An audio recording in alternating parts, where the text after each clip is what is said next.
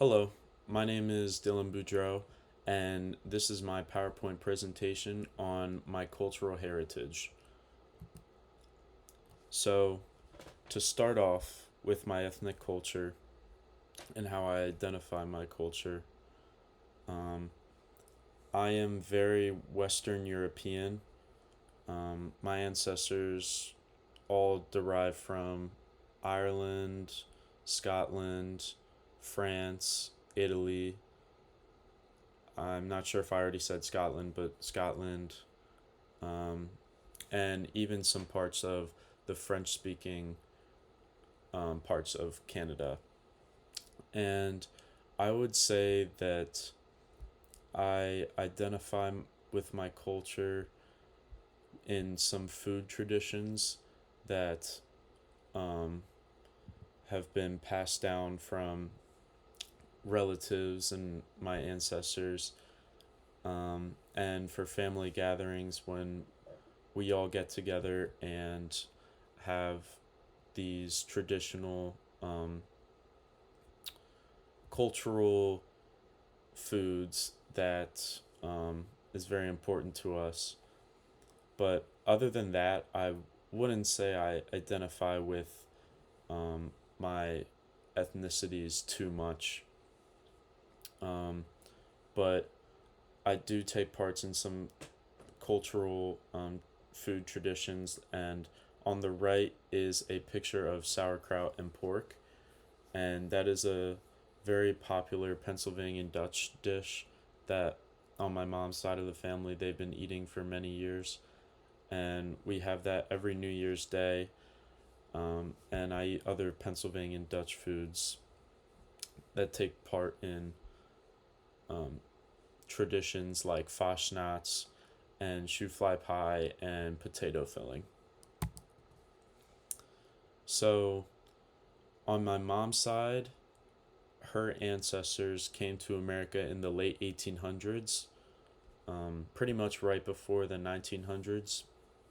And on the right side of the screen, that image is a picture of Arthur Walker, and he was the first person to come to America on my mom's side, and he's from Belfast, Ireland.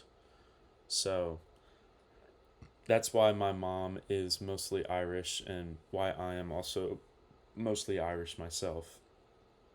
And on my dad's side, um, he's unsure of exactly who as well as when his ancestors came to America, but he can assume that it was also in the later 1800s as well. And his dad's grandpa, so my grandpa's grandpa, um, they think, or one of his relatives came to America from the Bordeaux region, which my last name is Boudreau, and Boudreau derives from Bordeaux. So um, that's where I get my last name from my ancestors who came from Bordeaux. And um, on my grandma's grandma, I believe, or mother, I forget. She We believe that they came in the early 1900s, and they came from Italy. So that's where I have the Italian in me. So yeah, my grandpa's grandpa um, was very French and Scottish, and my grandma's grandma, this on my dad's side, was very Italian. So yeah, like I just said, on my dad's side, my dad's ancestors are very French and Scottish, and then also a lot of Italian from my grandma's ancestors. And on my mom's um, on my mom's side, she is very almost 50% Irish and also Scottish, and her mom's ancestors are who brought um, the the French Canadian um, into the family, and yeah, so both my mom and dad's ancestors shared Scottish ethnicities. So, in terms of subcultures, I believe I belong to nine, which are language, athlete, socioeconomic status, student, geography, gender, age, my race and ethnicity, and sexual orientation. Um, I was trying to think of the nine biggest things in my life, and I think these are the nine biggest things. And as you can see, student, geography, gender, and age are the highest percentages, all over 10%, but student, geography, and age are the biggest three that I associate with and influence me. So, on the topic of that and how my subcultures each influence me, some more than others, I'll start with student.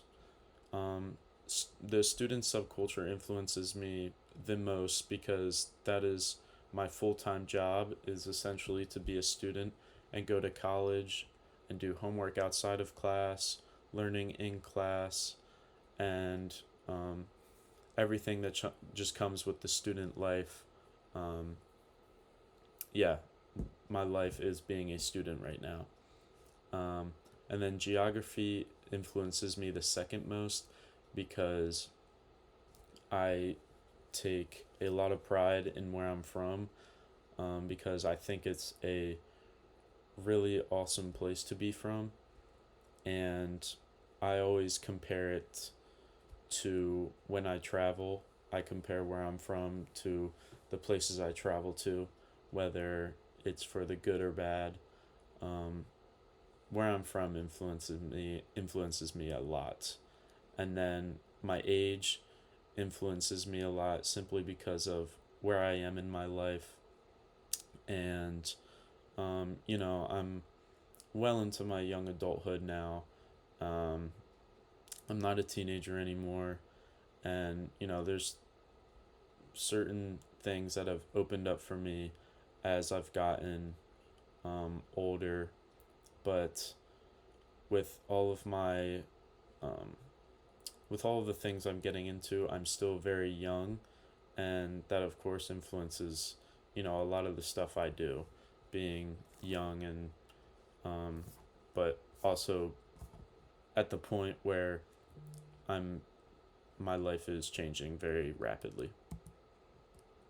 So, in terms of where my subcultures conflict, kind of like I said a little bit ago, my geography subculture, I would say, conflicts the most in certain situations, just because of when I'm traveling, and what is common sense from where I'm from isn't necessarily common sense to where I'm traveling to. Like when I traveled to St. Lucia one summer, it was completely different. The experience was amazing, and stuff was so different from where I'm from, and it was very cool to learn. And you know conflicting, it isn't necessarily bad, a lot when my geography subculture conflicts. Rather, I think it's cool and something good because I can always learn and experience something new and have something to compare it to. So, yeah, that is my um, cultural identity.